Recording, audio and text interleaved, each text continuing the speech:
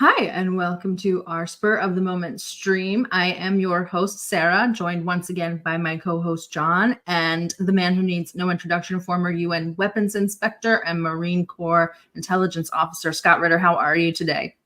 I'm doing great. Running late, so just so everybody knows the Doing reason great, why. running late. Love it. We're going to get right into it. We're going to get right into it with the Ansarallah drone strike on Tel Aviv. Quick video. Ты видишь, дрон летит? Крестюш, ты видишь, что это такое? Блядь! Пиздец, это с какой стороны? Еще вторая фигня летит. Love the Russian speak. Yeah. I was like, is this from Ukraine? Anyway, why do you think that Ansarallah decided to take it up a notch, and why now? I mean, I have suspicions, but it's pure speculation. But it's that's what I used to do as an intelligence officer: is put the dots together and speculate. First of all, Ansarallah's job is to take it up a notch. Ansarallah has never been, hey, we're going to moderate our foot on the pedal. It's been, we got our foot down. We're going to put different kind of fuel in. We're going to upgrade. We're keep going forward. We're accelerating the whole time. There's no let up in Ansarallah. I don't know what part of that people aren't catching on to. They're sort of irritated at Israel right now for targeting Gaza in the most insensitive and inhumane way possible. I mean, to say, we're going to blow up this entire neighborhood, you guys need to leave. And so Ansarallah gave Israel a little bit of its own medicine, saying, here's a chunk of Tel Aviv. We're designated at a military target, and you guys need to leave. Now, they aren't hitting it with 2,000-pound bombs and leveling things. It's purely a symbolic strike is what they did. But the purpose of the strike was, I believe, to get Israel to do exactly what it is. See, Israel's the dumbest country in the world. It truly is. The way they responded to October 7th has led to what I believe is a fatal wound being delivered against the Zionist entity, and that it can't survive this. It won't survive this. It's going to die. The question is, does it die sooner or later? And that's because Hamas got Israel to do what Israel is programmed to do: be stupid, overreact, commit genocide, show that they view the Palestinians as human animals, things of this nature. Ansarallah got Israel to strike Yemen, and they did beautifully. I mean, God, you couldn't have asked for a better strike than that. Fire, flame, whole thing, fury. And then did you hear what the Russians said? We are not going to stand by and be observers to Israel doing this. Russia has promised to provide weapons to the enemies of America and its allies, weapons that will enable the enemies of America and its allies to strike in a decisive fashion against the United States or its allies. I believe that that Ansarallah did this to create a mechanism that will lead to the provision of Russian weapons to Ansarallah that will be able to strike Israel decisively in a manner that can't be interdicted and change the absolute totality, the total character of this conflict. Again, Israel has committed suicide by being stupid. Ansarallah set a trap and Israel walked right into it. That's my assessment. Well, that gets me to the question that I want to ask next, Scott. And great to have you on, by the way. But I wanted to know, what the extent of Russian support is currently. I know we saw those articles come out about a month ago saying that there were plans, there were statements by Russian officials that they were weighing sending cruise missiles to Yemen, to the Houthis. So I'm curious if there's any indication that process is happening. How and when will we know? And then if you could let on a little bit about the support that Russia is providing currently, kind of whether it be economic or military. Well, to be honest, I don't know what level of support Russia is providing to Ansarallah, to the Houthi, to Yemen. I would imagine that it isn't going to be direct in nature, meaning that we're not going to see Russian IL-76 flights flying into Sana'a offloading these missiles. I would imagine that Russia has coordinated these actions with the the head of the axis of resistance, which is Iran, and that whatever is done in terms of Russia providing support to Nasrallah will be done using Iran as a cutout. That Iran has existing. I mean, why does Russia need to reinvent the wheel? Why does Russia need to create its own covert weapons supply routes to Yemen? Iran already has that. And I would imagine that Iran, as part of its overall strategic relationship with Iran, that's Russia is part of its overall strategic relation with Iran, which is expanding as we speak, is setting up a mechanism so that Russia can channel weapons to the Houthi through Iran, and that this will all be done through Iran, minimizing the Russian fingerprints. We did see a little bit of Israeli retaliation. We will watch the video and then maybe we'll talk about kind of what exactly happened, what was hit, and who the participants were. But it's just the strikes on Hodeida. 1 second.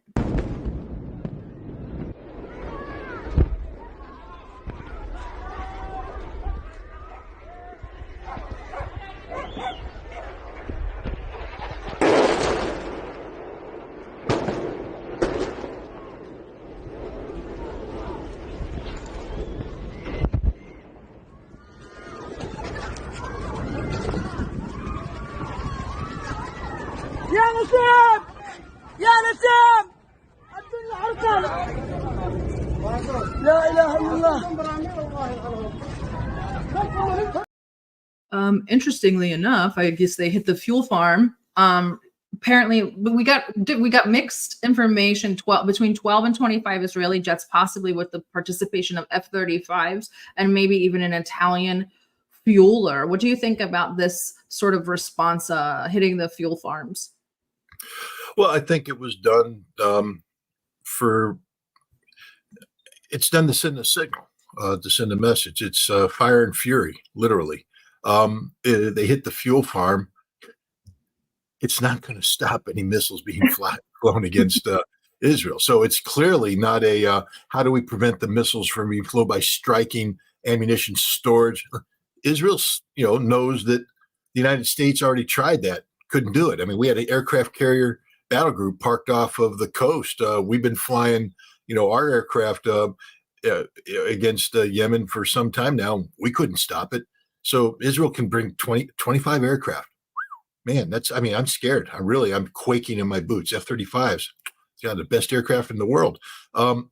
They can't stop the Houthi by doing it through direct attack. This was literally a sound and light show. This was to do a huge explosion in the sky in hopes that the population of Yemen would rise up and tell Nasrallah, no more. We're scared. We're part of these people have been fighting a life and death struggle, an existential struggle with Saudi Arabia since 2014. Do they not understand? The 25 aircraft that showed up aren't the first Western-made modern aircraft that have appeared over the skies of Yemen. Even before the Eisenhower parked off the coast, Saudi Arabia was flying aircraft very similar to the ones the Israelis were flying, and dropping bombs that had "Made in the USA" stamped across them. So this was purely a done for propaganda purposes. I mean, they killed. I think the death toll's up to 14. That's not stopping anybody. This was a big sound and light show designed to intimidate the people. This was the people in the port were supposed to look up, go, oh my God, look what the Israelis have done. Look at all the fire. Look at all the flame. Oh no. It's had zero impact. In fact, as I said, by doing that sound and the sound and fury show, I believe that it is pushed the Russians. I think it's backfired. Again, the Israelis just don't think when they act. They're the superficiality of their retaliation is mind-boggling. The lack of genuine strategic consideration, the inability to understand the geopolitical.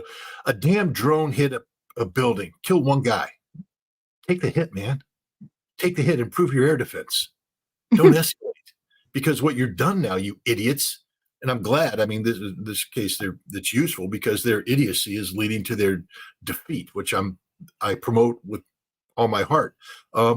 they've opened the door for Russia, I believe, to begin flowing, cruise missiles and potential ballistic missile technology to Ansarallah that will be used to greater effect on Israel. You brought up the carrier strike groups. Do you think that those two additional, well, the Ike went back, but I think the Truman and the Reagan are going out now, but what will that change? And do you think that when they get there, will that automatically give them the air support that they need to escalate the regional war into the northern into Hezbollah's territory? No, because all the weapons that Russia is getting ready to send to Ansarallah, I believe, have already been sent. Not all, but the advanced anti-ship cruise missiles, the Onyx, I think it is. Hezbollah has it. I think it outranges the range of the aircraft carrier on the carrier. So that means to launch, you're going to be inside the range arc, and hopefully there's somebody in the United States Navy, in the naval intelligence, who's taking a look at the threat assessments, telling their bosses, hey, we could lose ships here. This is stupid.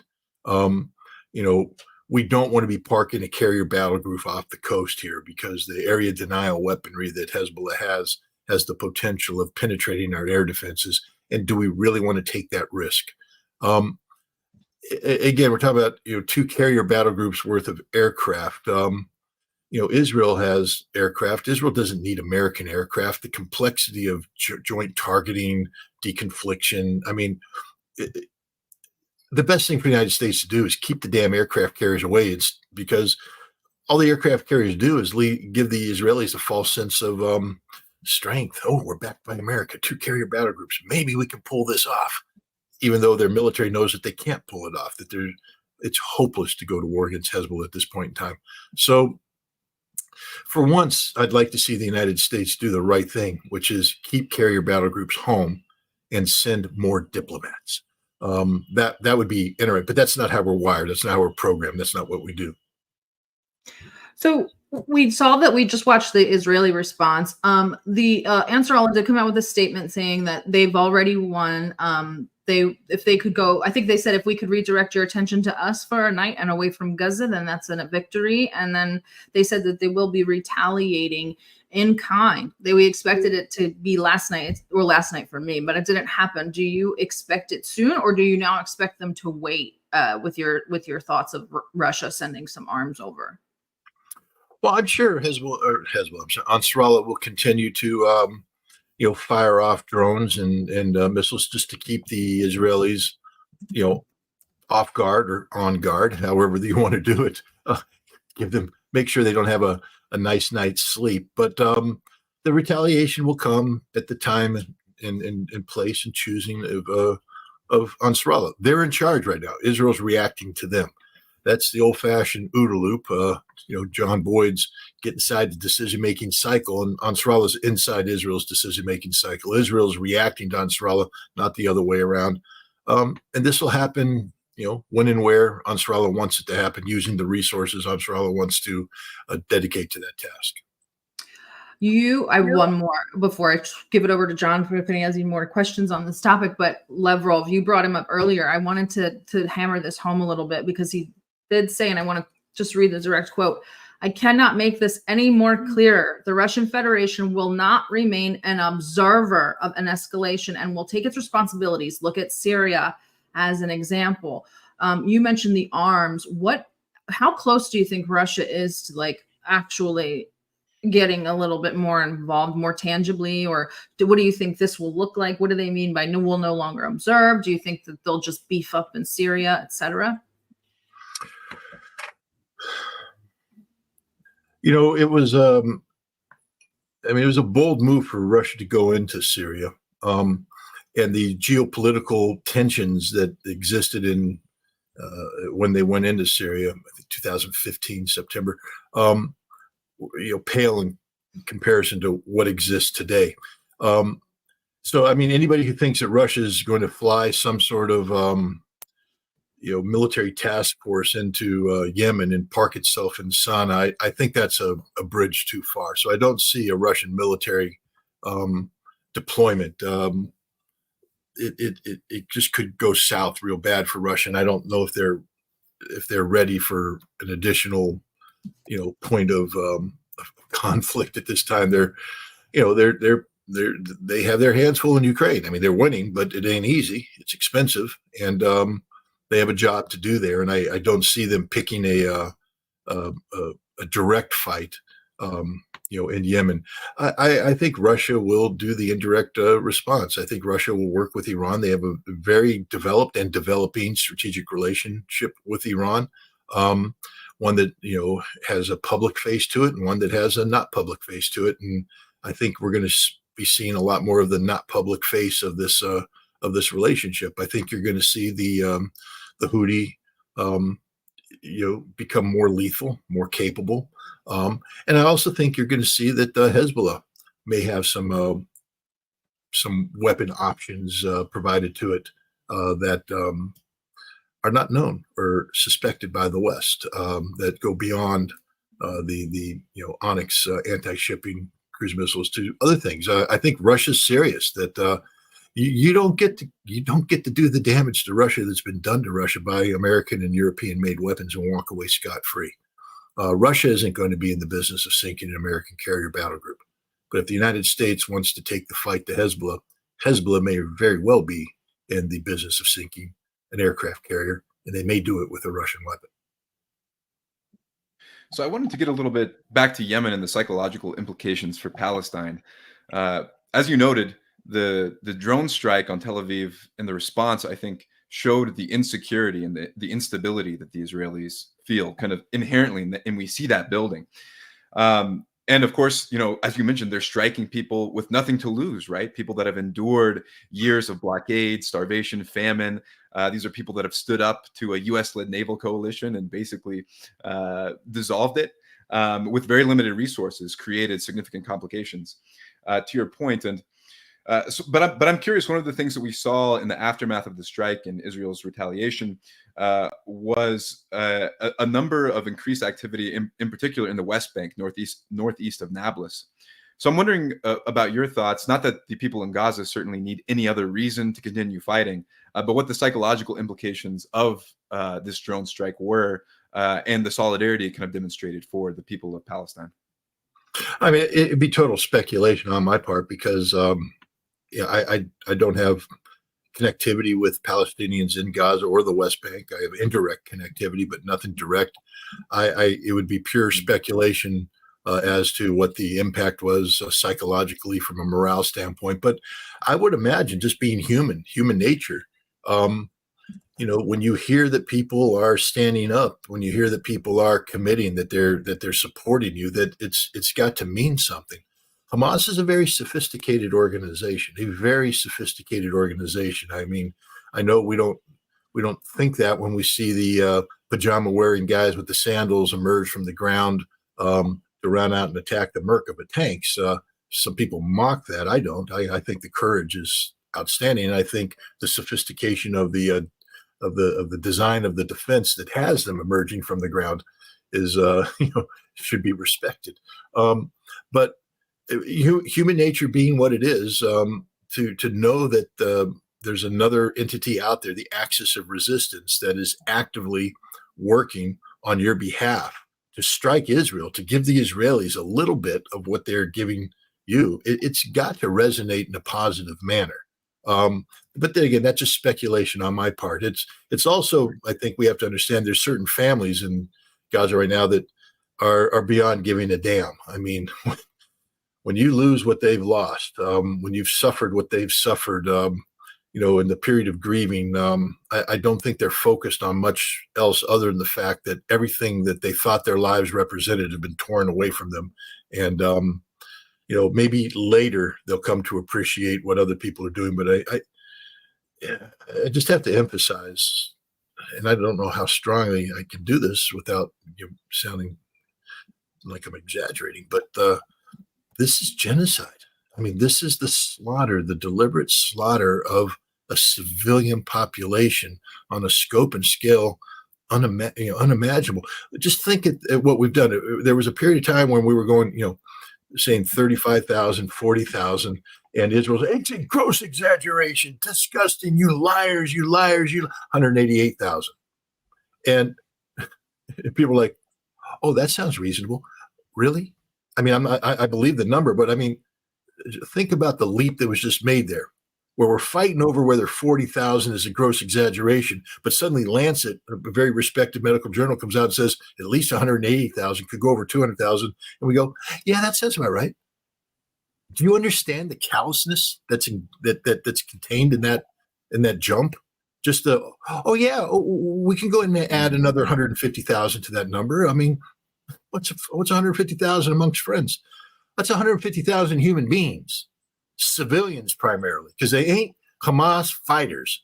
Okay, there's not that many of them, and they're still fighting. Israel isn't killing the fighters in significant numbers. They're slaughtering the civilians that they've ordered to leave one neighborhood, gather another one. They bomb them there. They run to another place. They bomb them there. This is the deliberate targeting of a civilian population for the purpose of eradicating them from the planet, because they're not humans. They're human animals.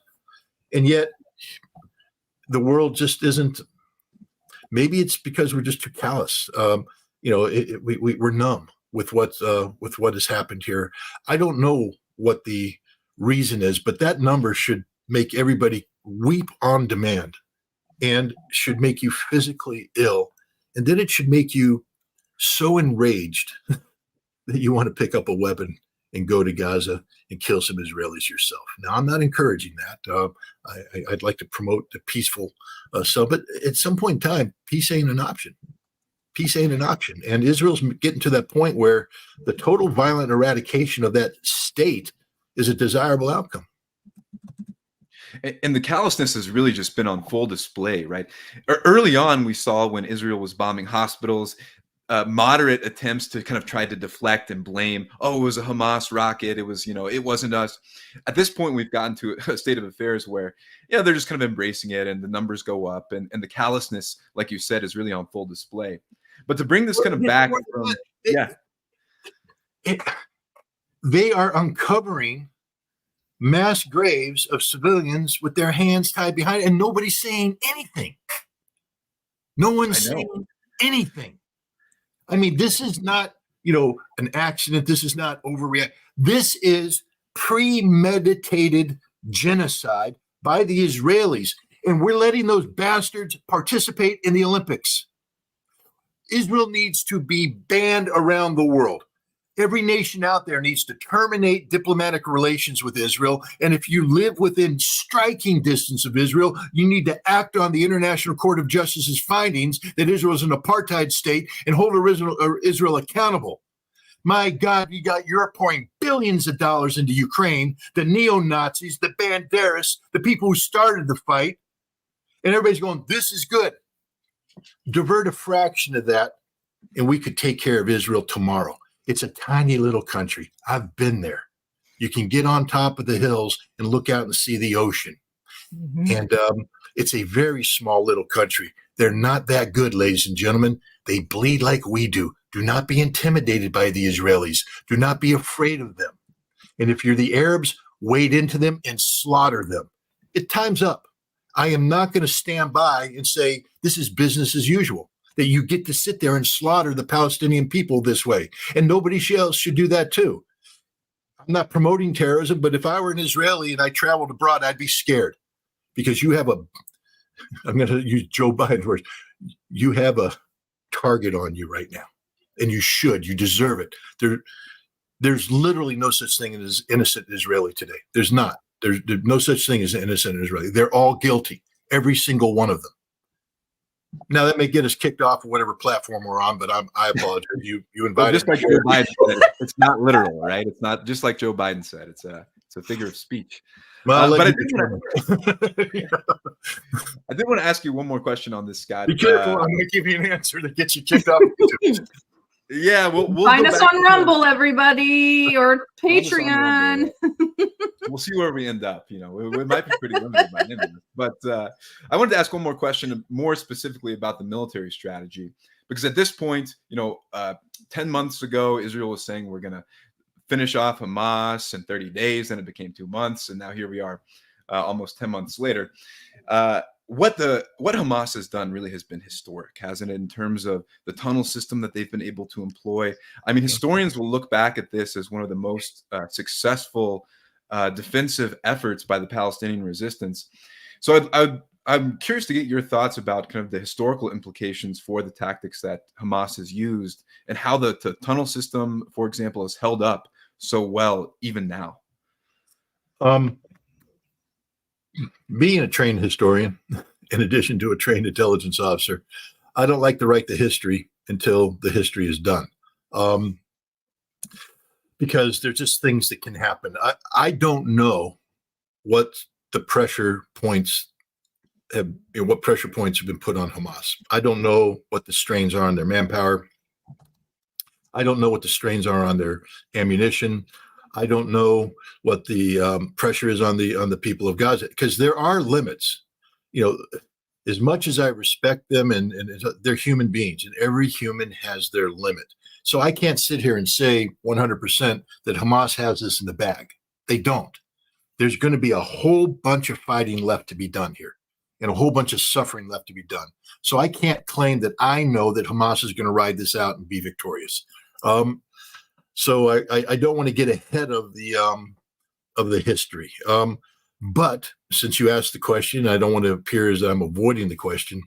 If Hamas is able to continue this the level of success that they're enjoying, you're absolutely right. There will be books written about this, and there has to be. I mean, the Marine Corps, which considers itself to be a very fine combat organization, would do well to dedicate a team to studying this, because we may be called upon someday not to fight Hamas, although you never know, but a similar enemy. Because I can tell you what, resistance groups around the world are sitting there going, tunnels. I like that. Let's do the tunnel thing. Iran has. I mean, God forbid we ever try to physically invade Iran, we'll be slaughtered, because the Iranians have broken their countries up into independent zones that are capable of occupying without direct connectivity to the to centralized leadership, and they have all gone underground. So we'll be fighting a war above ground and below ground. If Israel ever thinks they're going to drive on the Litani River, they're going to find that Hezbollah has done the same thing, and the potential that Hezbollah may have taken the underground fight into northern Israel. This is game changer. I mean, this is the kind of stuff that you have to study, and it's not just the tactical and the operation, the military side of it, the sophistication. And I've alluded to this, or not alluded, I've said it straight up. The sophistication of the Hamas approach is something that has to be studied. Sinwar, the Hamas leader, was in an Israeli prison for many, many years, and he has written and said that he learned everything he needed to know about the Israelis while he was in prison. He knows their psychology. He knows how they think. He knows, what their center of gravity is from an emotional standpoint, and he has manipulated this perfectly. Everything Hamas has done has been designed to destroy Israel from within. The taking of hostages. Look at some of the biggest fracture points inside of Israel today. It's over the hostage issue. What to do about it? He knew that was an emotional, point of vulnerability. The casualties.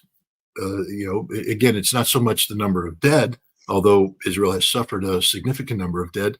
It's the number of wounded that is a big deal, and the sustainability of the fight. I remember when this first started, people said Hamas can't last 30 days, 60 days. What is it now? 8 months? So they're getting stronger. I mean, they're just getting better and better as it goes on. So Israel, on the other hand, never planned for war of this length. I mean, one of the things Hamas has done is they're not destroying Israeli tanks outright. The vast majority of Israeli tank casualties can be recovered, removed, taken to a tank repair depot and repaired. And many of them have been repaired and brought back into service. They can't do that anymore because they're out of spare parts. And I can guarantee you somewhere Hamas resistance/intelligence officers saying, if we drag this thing out, they keep bringing their tanks in, just keep popping them with the tandem warhead, we'll hit certain parts, and they'll pull them out and they can't repair them. And that's a destroyed tank for all sense and purposes. If the tank can't be brought back into the battle, it's a destroyed tank. And that's why the Israelis are saying we're running out of tanks, because they don't have any more. They stopped the sale of older Merkavas. They kept them in to form up reserve battalions. Those battalions have been committed. They're taking the casualties. There's no tanks left to repair them. So their advanced Merkavas have been worn down. Their reserves have been worn down, and they want to go to war against Hezbollah, which is they eat tanks for breakfast. So the sophistication, the total package of the military, political, economic planning that went into the Hamas operation must be studied from a resistance standpoint, because if you're out there planning on doing this kind of resistance, there it is, the model that worked. And if you're planning on fighting this kind of resistance, you better study this too. And I think the biggest lesson out of fighting this is don't fall into their traps. I mean, this would be a completely different fight if Israel hadn't overreacted on October 7th. Completely different fight. First of all, if they hadn't, slaughtered their own people to jack up the emotionality of it, if they had said, okay, what happened, seal off the borders, let's sit back and let's reflect on this, and let's begin a targeted response over time. But they needed something immediate. That's the mistake they made. That's the other genius of Hamas, is to get Israel to commit up front. We must eradicate Hamas, eliminate them as a political entity, eliminate them as a military entity. Israel just set the stage for its own failure, because you can't guarantee that outcome. And if you fail to achieve that outcome, you've by definition lost. This is one for the history books. I mean, sometimes I fantasize about being the guy to write that. I'm not the guy to write that. There's somebody who understands the region so much more better than me should write it, but it needs to be written. This is something that has to be written. And it has to be written by someone or a group of people who are capable of understanding this. You can't be an apologist of Israel. You can't be a partisan of the Palestinians or Hamas. You have to be an impartial geopolitical military analyst who can just sit down with cold attention to detail and lay out the reality of what happened here. We're going to bring maybe some sadness or levity, depending on whether you're in or out of the United States. Let's move over to Biden. But first, I want to show you, we're coming to the sundown of a 232-year political career, I think it was. And these are some of his greatest hits. If we look at the Middle East, I think it's about time we stop, those of us who support, as most of us do, Israel in this body, for apologizing for our support for Israel. There's no apology to be made. None. It is the best $3 billion investment we make. Were there not an Israel, the United States of America would have to invent an Israel to protect her interest in the region. The United States would have to go out and invent an Israel. What is your message to Hezbollah and its backer, Iran? Don't. Hamas's vicious attack on Israel, killing innocent lives and holding people hostage. I was there 9 days after. Sent pictures of tying a mother and a daughter in a rope, pouring kerosene on them, burning them, and watching as they died. In my judgment, President Bush is right to be concerned about Saddam Hussein's relentless pursuit of weapons of mass destruction and the possibility that he may use them or share them with terrorists. And I will vote for the Lieberman-Warner amendment to authorize the use of military force against Iraq. And unlike my colleague from West Virginia and Maryland, I do not believe this is a rush to war. I believe it's a march to peace and security. Contrary to what some in my party might think, Iraq was a problem that had to be dealt with. Weapons of mass destruction. Weapons of mass destruction. Weapons of mass destruction. Weapons of mass destruction. I went to law school on a full academic scholarship, the only one in my class to have a full academic scholarship. Went back to law school and in fact ended up in the top half of my class. I was the outstanding student in the political science department at the end of my year. I graduated with 3 degrees from undergraduate school and 165 credits, only needed 123 credits. Biden now concedes he did not graduate in the top half of his law school class, that he does not have 3 degrees from college, and that he was not named outstanding political science student in college. Newsweek says Biden actually went to school on a half scholarship, ended up near the bottom of his class, and won only 1 degree, not 3. Joe Biden ranked 76th in a class of 85 at the University of Syracuse Law School. I mean, this guy comes off this whole thing as a flyweight. Now Biden says Newsweek is right. His memory had failed him. Drops out of the race, doesn't put a presidential seal on the letter, drops it onto Twitter. His aides and everybody find out from Twitter, endorses Kamala, and now then they guess COVID, and now today, various people inside of the Congress, House of Representatives especially, calling for proof of life. They think that Biden might even be dead. I mean, it doesn't really matter at this point, does it? No, I mean, we've had a president incapable of fulfilling the duties of the presidency to the full extent for some time now. I mean, I know that I guess the June 27th debate that he had with Trump has been, a marker has been put down saying that's when it became evident. No, ladies and gentlemen, actually, that wasn't actually that bad of a night. I mean, I watched it. My response after watching it wasn't, oh God, this is the worst that Biden's ever looked. It was just that, both of them sucked. And I was appalled that, this wonderful nation of 300 and close to 40 million people. That's it. That's the two guys that we can put up there. Come on, man. I could go find a dog catcher that's better qualified than either one of them. But then suddenly the media turns on him and says, oh no, I mean, CNN, laid the ambush. Jake Tapper and whoever the lady who was with him, Dana Bash, they suddenly, oh, he's the worst. You had a whole panel up there panicking. John King with his phone blowing up. And it was just so staged. That whole thing was so staged. And everything that came afterwards is just staged. 2 weeks prior to that debate, he was wandering off the field in Italy at the G7.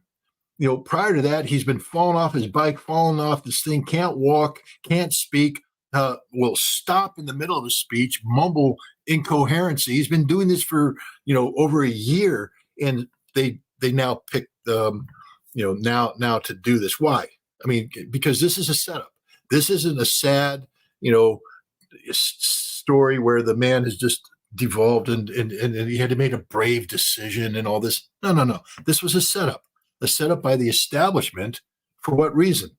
To get Kamala Harris as the candidate, because they have done polling that says a black woman at this point in time can do well against Donald Trump. But how do you get Kamala Harris if Joe Biden actually fulfills his promise to be a one-term president? Because if he'd done that, then Kamala would have had to have been primaried. And Kamala can't survive the primary. Kamala couldn't survive the primary. If Kamala had a primary, she would have been dropping out early on. She can't survive a primary. So this isn't about American democracy. 15 million Democrats participated in a primary where they said, we want Biden, Harris. And what the establishment said is, no, you're going to get Harris. But had they made it a Harris whatever ticket, wouldn't have worked because America she can't survive a primary. But if she becomes the establishment person, just like Biden, remember, Biden couldn't win a presidency candidate, but going up against Trump, it becomes the establishment versus Trump. And if that's the case, and she is anointed, then now the Democrats believe, the establishment believes that they can create enough momentum to take on and prevail against Trump. Whether they can, it's July. Elections until November. Anybody says they know how the election turns out in July is an idiot. But this is what happened. This is a huge defeat for American democracy. I mean, I love it when the Democrats say Donald Trump is the greatest threat to American democracy. Really? I mean, he did have a primary. The Republicans had a chance to put everybody up against him, and they tried, couldn't do it. So it appears that he's passed at least the initial phase of the democracy test. Now he's going into the next phase of the democracy test. The American people get to select, but who? The Democrats selected Biden, not Harris, but Harris is going to be the name on the ballot. And this tells you that it's all about manipulation. This isn't about democracy, and we have to be concerned about what games the Democrats are going to play in the upcoming election. I'm not accusing anybody before the fact, but you know, I remember in 2020 in December, Trump was running around, stolen election. And I'm looking at all the court cases going, don't do that, guys. All you're asking them to do is challenge the voting count. It's not about the voting count. It's about something else. It's a systemic problem. And I wrote an article that I tried to get published in an American-based outlet and in a foreign outlet. And they both rejected it. And they said, too sensitive. You're basically accusing the Democrats of stealing the election. I said, I'm not accusing them. I'm outright saying it. It's not an accusation. It's a statement of fact. They turned it down. A week later, Time magazine runs the big piece about, how the Democrats got together and conspired to use extra constitutional means to steal to guarantee the outcome of the election. That's a stolen election. I mean, that's what I wrote in my article. That's what happened. It's not what they were investigating. It's not what went to court. It was something even more nefarious. It was the system saying we're going to create mechanisms that allow us to put our thumb on the scale of democracy. And now we see the Democrats putting their fist on the scale of democracy, putting somebody out there. And I think we need to be very concerned about what's happening going forward. Hopefully the Republicans can guard against extra constitutionality in the upcoming election. Now, all I want is a fair election. At this point in time, personally, I'm disturbed by either outcome. I'm not happy with either one because I view nuclear war as the greatest threat to the United States and the world. I view 2026 as the year of crisis. The New START treaty expires on February 4th. America begins redeployment of INF-capable nuclear weapons into Europe, including hypersonic weapons. They may not be nuclear, but they're even more dangerous because by the time they fire, they have the ability to strike the Kremlin within minutes, single-digit minutes, in what could be a decapitation strike. And if you're the Russians, you're like, that ain't good. And how are they going to respond? Well, they've already talked about building their own systems. They're not going to design it from scratch. In 2007, 15, 16, 17, they put the brakes on the what's called the RS-26, which is a missile that has one warhead, has ICBM capabilities, but if it has three warheads, it's an INF capable system.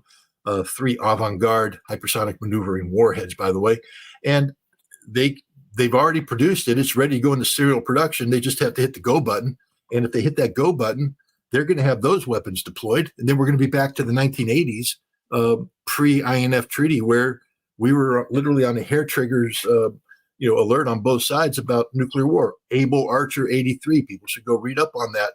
A NATO command and post nuclear exercise that almost caused the Russians to launch or the Soviets to launch a preemptive nuclear strike because they were worried that that's exactly what NATO was getting ready to do. That's why we had the INF treaty. That's why we got rid of those weapons. That's why for decades the world was safe. 2026 is not. And I look at both candidates, Republican and Democrat, and I say, we're going to get to that outcome no matter what. Trump isn't going to do the right thing. Biden's, this is his policy, and Kamala Harris will continue this policy. So that's what I'm worried about. Whether or not, all the other issues, which are important, none of them are existential in nature, pale in consideration to this. And so this election, we're not going to be talking about the right things between now and November. That's my fear. Well, I just am really excited for a potential Kamala presidency, really just living up to our full potential. Now we'll finally get to see what can be unburdened by what has been. I think I got that right. But you have to be wearing a blue suit while you're saying it. So. Oh, you nailed it. Oh, man. I mean, this whole thing says a lot about the nature of the media, and you touched on manipulation, but to go from 2 years of trying to argue and defend that Biden's not demented, to all of a sudden one day being like, are you crazy? We're not going to run him. He's demented. It says a lot about the way that the media operates. But, you touched on the election. Of course, we're about 80 days out from the election. That's a ton of time in terms of American politics. Anything can happen. And so I agree with you, Scott. You know, people who are saying Trump is a shoo-in, I'm urging caution. I think that we'd all be wise to wait at this point. However, based on polling, we can tell that Trump and Vance are in the pole position. And one of the arguments that they're making is that they are the anti-war candidates. And we saw J.D. Vance make this argument as well, that Ukraine is not our business. I'm going to have you take a listen. You know, there's nothing radical about having a strong national security, that when we go to war, we punch and we punch hard, but being cautious and not trying to get America involved in every far-flung corner and conflict of the world. Sometimes, my friends, it just is none of our business, and we ought to stay out of it. That's not radical, that's common sense. So, Scott, what are your thoughts about this argument that the Republicans are making? Trump has said that by the time that he's sworn in, he'll have the Ukraine war wrapped up.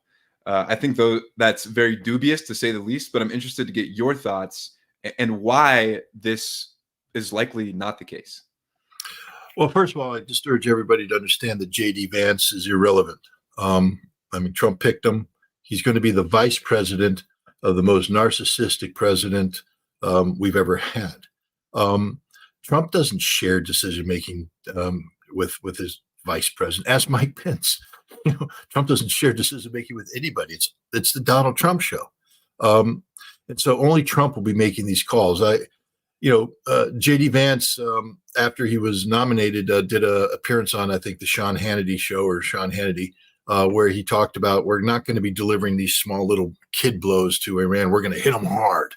And I'm like, wow, JD, you might want to talk to your boss about that, because your boss did kill Qasem Soleimani in one of those displays of America hitting hard.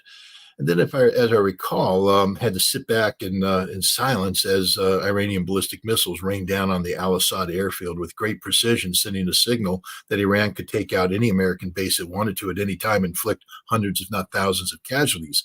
And Trump had to shut up because that was the truth.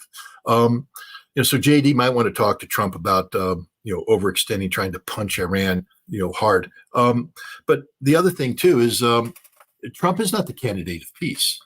I don't know where anybody gets this idea, because Trump says he'll have this war wrapped up. How? He's going to make a magic phone call.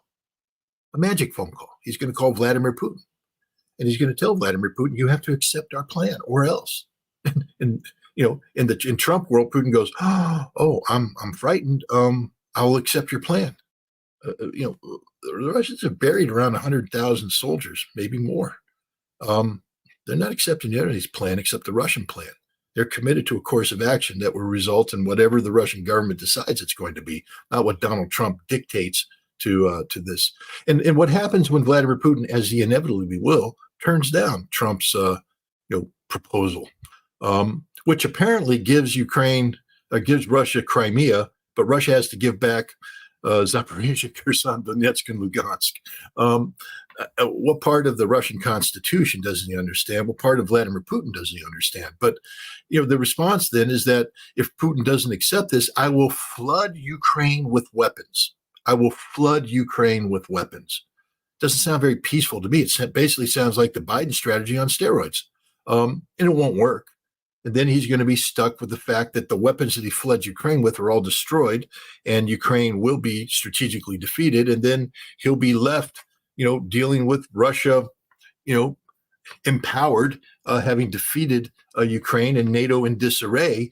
And again, everybody's like, well, he wants to get rid of NATO. Well, he used that as leverage to actually get NATO to double down on their defense and increase their defense spending. I don't see Trump walking away from NATO. I wish he would, but I don't see him doing that. And I actually don't see him doing that if Russia wins in Ukraine. I see Trump with his narcissistic feelings and, hurt that he's going to double down and increase spending. And now, let's get back to 2026, ladies and gentlemen, because I want to put that on everybody's radar. Because Ukraine will be defeated before 2026. Trump will be eating crow before 2026. Trump will be enraged against Russia before 2026. So what do you think he's going to do in 2026? Not deploy INF systems? Not send hundreds of thousands of troops to Europe in response to the Russian threat? guys, this is insane. Donald Trump is not the peace candidate. J.D. Vance is not the peace vice president. They're not looking for peace. They think that they can intimidate people into accepting an American solution that's beneficial to America by avoiding conflict. Trump believes that we can accomplish something by not going to war, just by convincing other people to surrender. It's not going to work with Russia.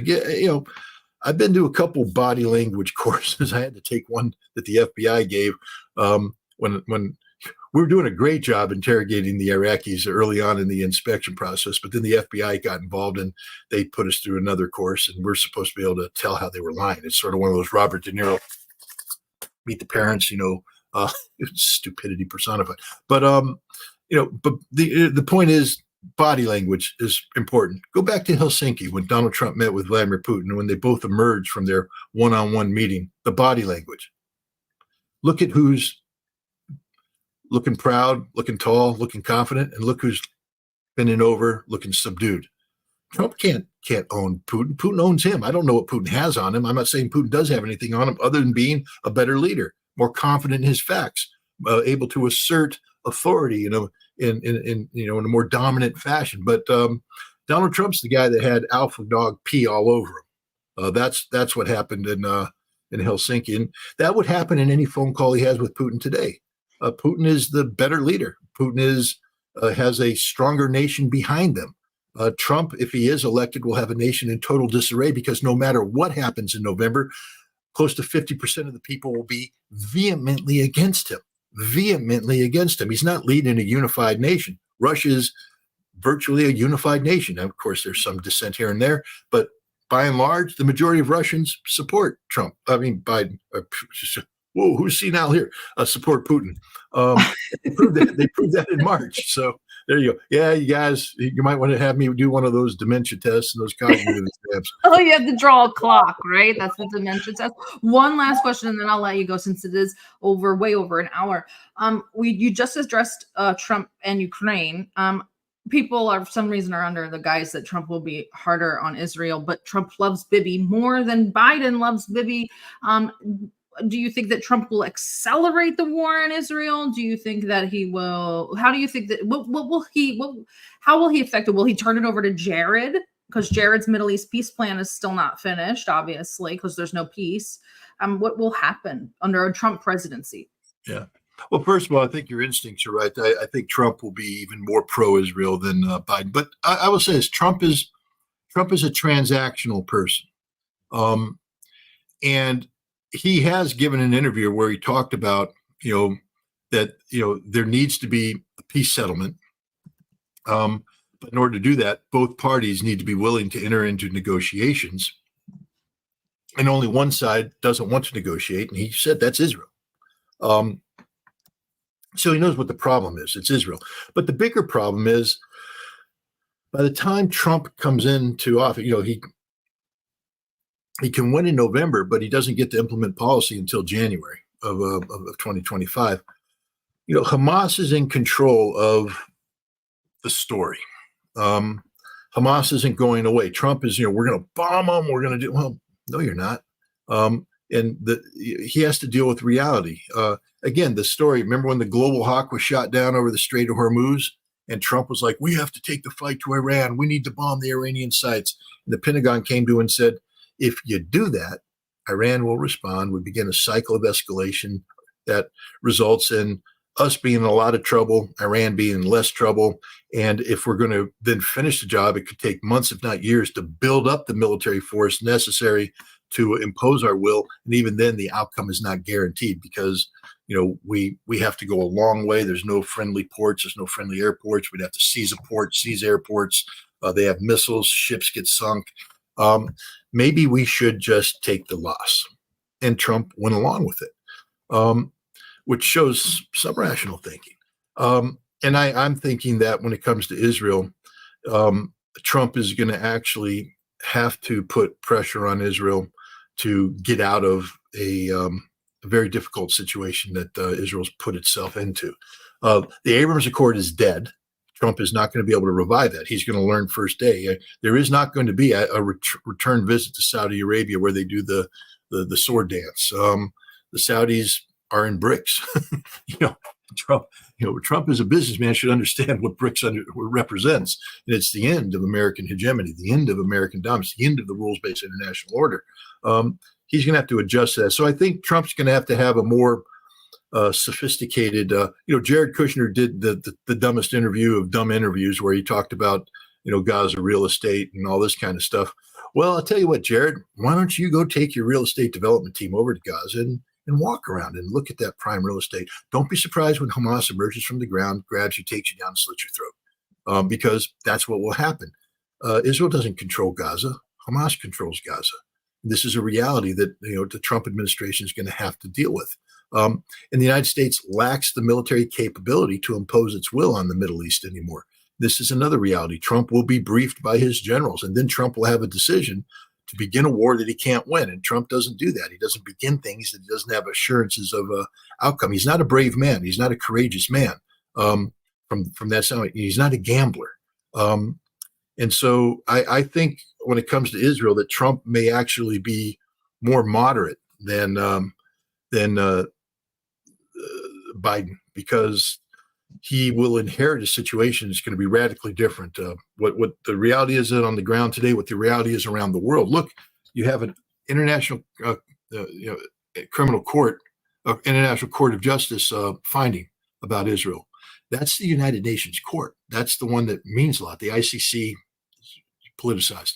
You have the world turning on Israel, nations starting to recognize Palestine. The momentum is heading away from Israel towards a Palestinian state, and it's only going to get worse for Israel between now and then. Trump will inherit a completely different situation. Whatever policies he's formulating today in July will be mooted by the time he becomes sworn in, if he wins, in January. The situation will be much different by then. So I think Trump, being the transactional president that he is, will understand that he has a losing hand, that you can't just bomb this problem away, that you're going to have to actually sit down and come up with some sort of innovative diplomatic solution. And whether Jared and company can pull it off is doubtful. But I think Trump is not going to be flooding the zone with carrier battle groups and blanketing the skies with American carrier based aircraft. I think that Trump is going to have to deal with reality. And the reality is that there's going to have to be some sort of radical compromise, that a Palestinian state, Trump tried to kill it with the Abrams Accords. The Abrams Accords ain't coming back. You can't revive that. Trump's going to have to deal with the reality of a Palestinian state. Whether he's up to the task is another question altogether. Well, Scott, thank you so much, and for coming late and staying late. So thank you very much for that. Tell everybody where they can find you, what you're up to. Are you on house arrest yet? Only from my wife.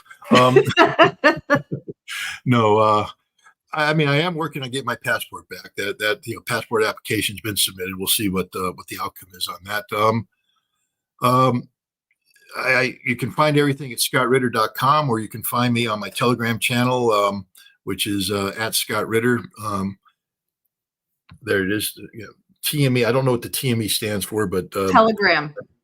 There it is. Telegram not at Scott Ritter, but / Scott Ritter. I'm writing. I'm doing podcasts, doing some videos, but the big project I'm working on right now is the September 28th event. I want to call it a rally. There will be a rally in Kingston. We may have rallies in other cities, but it's basically going to be a constellation of podcasts.